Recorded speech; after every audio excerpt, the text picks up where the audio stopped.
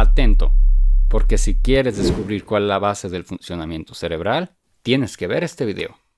Sabemos que el cerebro registra y analiza formas, colores y estructuras, e incluso es capaz de darle un significado a todo ello.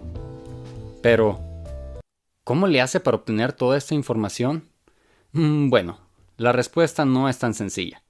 Primero, necesitamos saber que el cerebro requiere tener una estructura neuronal que entre información hacia él, la registre, se procese y posteriormente obtener un resultado que va desde lo más sencillo hasta lo más complejo.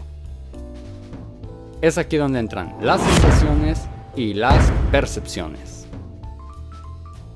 Pero, espera, antes de seguir continuando, vamos a imaginarnos lo siguiente. Imagínate que vas caminando por el parque y de pronto te encuentras una estatua. La observas y al instante te haces la siguiente pregunta.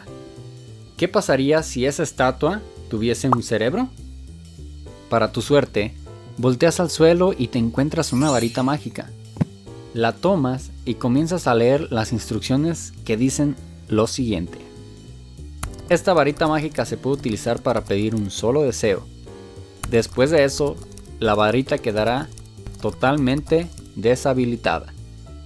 Después de pensártelo algunos segundos, por alguna curiosa razón, decides otorgarle un cerebro a la estatua, con las mismas capacidades y las mismas conexiones neuronales al de un cerebro normal. Sacudes la varita y abracabum. La estatua ahora tiene un cerebro en perfectas condiciones. Bien, llegados hasta este punto toca preguntar, ¿qué crees que pasaría con la estatua ahora que tiene un cerebro? ¿Tú crees que podría tener la capacidad de crear pensamientos iguales a los de nosotros? Bueno, dejaré la pregunta abierta mientras comenzamos con el video.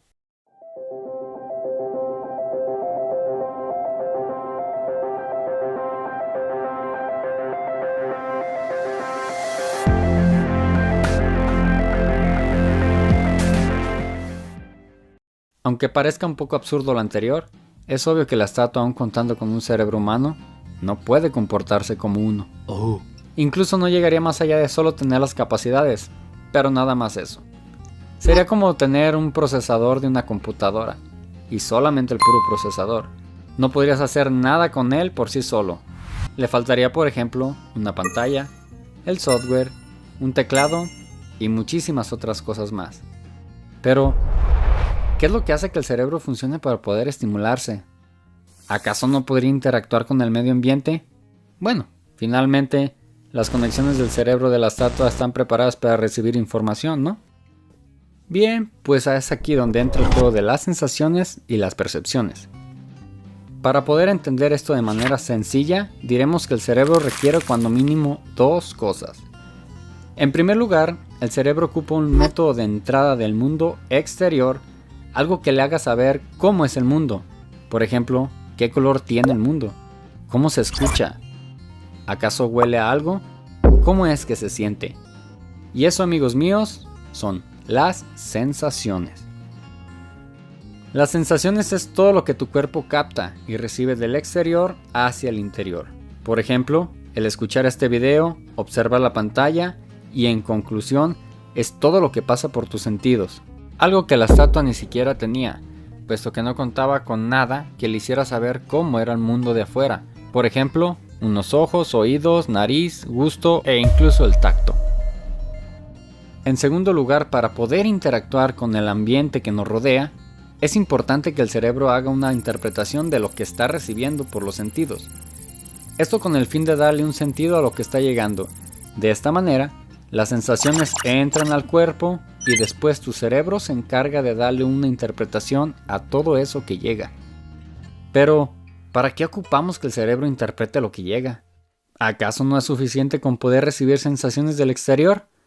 Bueno, si solo pudiésemos recibir la información, seríamos como una caja de registros, en la cual llegaría la información y no mucho más que eso.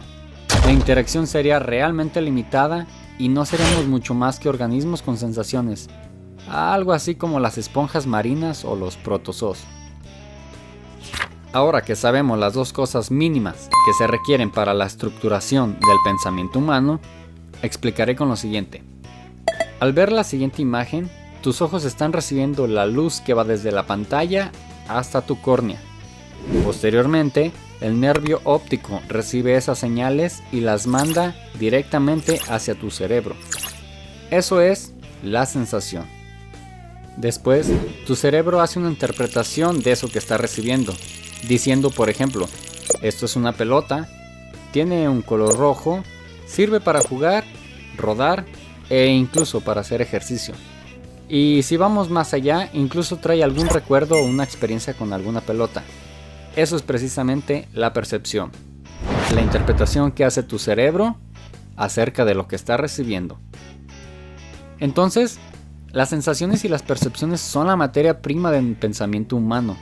Son la base donde el cerebro agarra la información, la convierte para poder generar todo lo que conocemos, darle una estructura a todo el conocimiento y generar el lenguaje, los símbolos, los colores, las texturas y realmente todo lo que conocemos. Sin ellos sería imposible estructurar prácticamente el pensamiento, al menos como lo hacemos. Llegando hasta este punto quizá te estés preguntando, pero ¿qué pasa con otros animales? También tienen sensaciones. ¿Y cuál sería la diferencia entre el cerebro de otro animal y el cerebro humano? Bueno, esta respuesta nos da para mucho más. Y debemos de ser claros en que el cerebro humano tiene una forma muy peculiar de mezclar todo lo que recibe e integrarlo. Pero claro, esto de sencillo no tiene nada. Y nos da mucho más para explicarlo y desarrollarlo en un próximo video. Ah, que por cierto, muchas gracias por todo. ¿Neurofílicos? Hey, ¿tus neuronas siguen activándose por más contenido? ¿Quieres saber dónde se origina la conciencia? ¿Cuáles son los circuitos cerebrales del lenguaje? ¿Qué es la atención y cómo trabaja la atención tu cerebro? Bueno, pues si quieres más información, no olvides suscribirte, que se viene mucho más contenido.